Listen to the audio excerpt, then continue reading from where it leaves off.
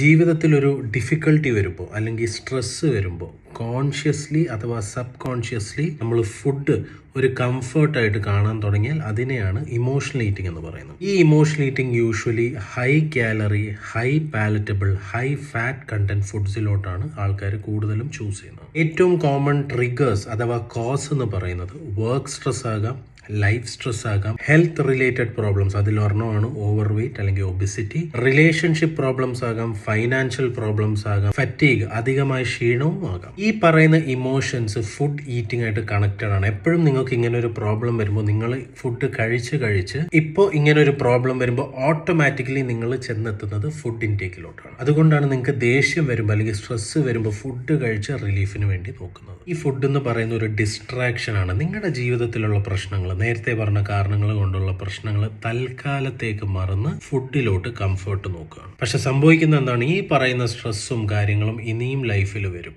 അപ്പോൾ നിങ്ങൾക്ക് കഴിച്ചതിൻ്റെ ഗിൽറ്റി ഫീലിംഗും ഉണ്ടാവും, പഴയ സ്ട്രെസ് അതുപോലെ തന്നെ ഉണ്ടാവും. ഇനി ഈ ഇമോഷണൽ ഈറ്റിംഗ് കാരണം നിങ്ങളുടെ ശരീരം വേറെ കുറേ പ്രോബ്ലംസിലൂടെ പോകും. ബ്ലോട്ടിംഗ് ആകാം, ദഹനക്കേടാകാം, ലാക്ക് ഓഫ് ഫോക്കസ് ആകാം, ദേഷ്യമാകാം. സോ ഈ ഇമോഷണൽ ഈറ്റിംഗ് ഡീൽ ചെയ്യുന്നതിന് മുമ്പ് ഇമോഷൻ വന്ന ഒരു കാരണം ഉണ്ടാവും, അത് ആദ്യം ഡീൽ ചെയ്യലാണ് ചെയ്യേണ്ടത്. ആ പ്രശ്നങ്ങൾ കൊണ്ട് നിങ്ങളുടെ ലൈഫിൽ വരുന്ന പെയിൻഫുൾ സിറ്റുവേഷൻ അവോയ്ഡ് ചെയ്ത് ഫുഡ് കഴിച്ചുകൊണ്ട് നിങ്ങൾ വേറൊരു പെയിൻഫുൾ സിറ്റുവേഷൻ ജീവിതത്തിൽ ഉണ്ടാക്കുകയാണ്. ഈ പറയുന്ന ഇമോഷണൽ സ്ട്രെസ്സിൻ്റെ കാരണം കണ്ടുപിടിച്ച് ട്രീറ്റ് ചെയ്തിട്ട് വേണം ഇമോഷണൽ ഈറ്റിംഗ് ട്രീറ്റ് ചെയ്യാൻ.